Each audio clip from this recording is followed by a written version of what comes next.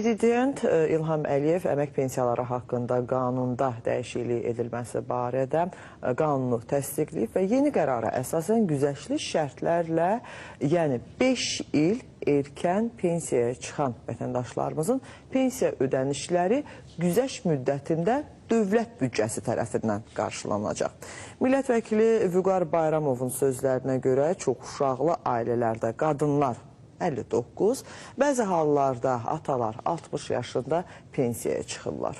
Bəli, bu dəyişikliklər pensiya təminatı sistemində xüsusilə sosial müdafiə və güzəştli pensiya hüquqlarına malik olan şəxslərin sosial rifahının gücləndirilməsinə, eləcə də dayanıqlı pensiya təminatı sisteminin formalaşmasına xidmət edəcəyi gözlənilir. Əməkdaşımız Jalə Mirzəyevanın mövzu ilə bağlı süjetini izləyək.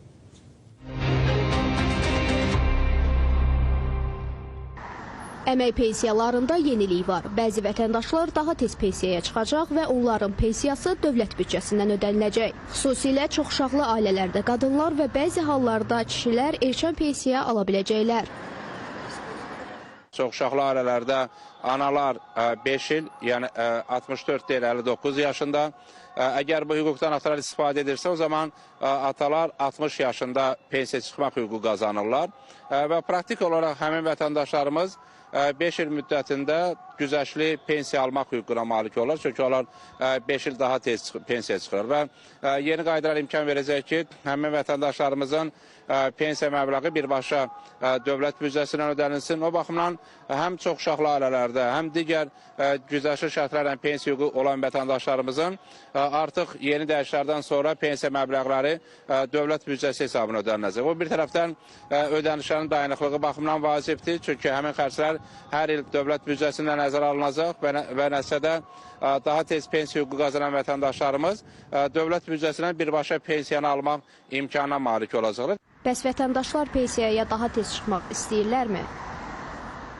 Hələ pensiya yaşına çatmamışam, amma tez çıxmaq istəyərdim.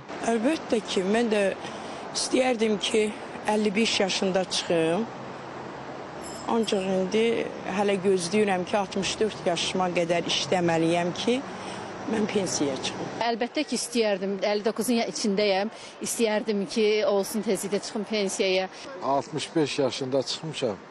Amma 65 yaş düzgün deyil. Kişiləri 60, qadınları 50 yaş eləsələr, 50-55 daha gözəl olur. Çünki əvvəlki kimi uzun ömürlük yoxdur. İşləmək yaxşı şeydir. Sağlamlıq olundan sonra işləmək yaxşıdır. Yəni, amma pensiya vaxtında biraz məhdudiyyət qoysalar yaxşı, yaş həddini aşağı salsalar çox yaxşı olardı, sevinərdik. Vüqar Bayramovun sözlərinə görə bu dəyişiklik Dövlət Sosial Müdafiə Fondunun vəsaitlərinə qənaət etməyə də şərait yaradacaq. Qənaət olunan vəsaitlər isə digər sosial proqramların maliyyələşdirilməsinə yönəldilə biləcək. Güzəştli şərtlərlə pensiya hüququ alan digər vətəndaşlarımıza da şamil olur. Amma eyni zamanda biz çoxuşaqlı ailə anlayışına baxılması və 5-dən 3-ə endirilməsini təklif edirik və təbii ki, bu təklif qəbul olunarsa nəticə etibarilə daha çox vətəndaşlarımızın daha tez pensiya çıxmaq hüququ yarana bilər. Bu halda təbii ki, həmin güzəşt müddətində yenə də vəsait dövlət büdcəsi hesabına ödənilə bilər. Əlavə olaraq liliputlar və fizioloji problemləri olan cırtdanboş şəxslərin erkən pensiyası üçün 20 il ərzində verilən məbləğ, orqanizmin funksiyalarının 81-100% itirilməsi və ya 18 yaşa dək əlilliyi olan şəxslərə, həmçinin ahılları qulluq müddəti üçün verilən güzəştlər əsasında hesablanan pensiya məbləği də dövlət büdcəsi tərəfindən ödəniləcək. Günel, vətəndaşlar arasında çox yaxşı təkliflərlə, maraqlı təkliflərlə qarşılaşdıq. Həqiqətən də son dönəmlərdə uzun ömürlülük artıq bir qədər qısalıb, azalıb. Biz bilirik ki, müəyyən bir yaş dövrü var ki, ehtiyac meyarı da həmin yaş dövrü çərçivəsində artır. Bu həkimə gediş olsun, digər sosial məsələlər olsun. Ona görə də biz hesab edirik ki, vətəndaşlarımızın bu təklifləri olduqca maraqlı və produktiv kimi səsləndirilə bilər. Və bir də hörmətli millət vəkilimizin çoxuşaqlılıq anlayışının 5-dən 3-ə endirilməsi ilə bağlı təklifi də çox maraqlı və produktiv sayıla bilər deyə düşünürük. Bəli, maraqlı idi və ümumiyyətlə hər dəfə bizim qaynaq qaynar xəttə gələn zənglər, müraciətlər əsasında biz görürük ki, məhz pensiya məsələsi daha çox üstünlük təşkil edir. İstər müavinətlərin verilməsi, istər yaşa görə pensiyanın təyin olunması.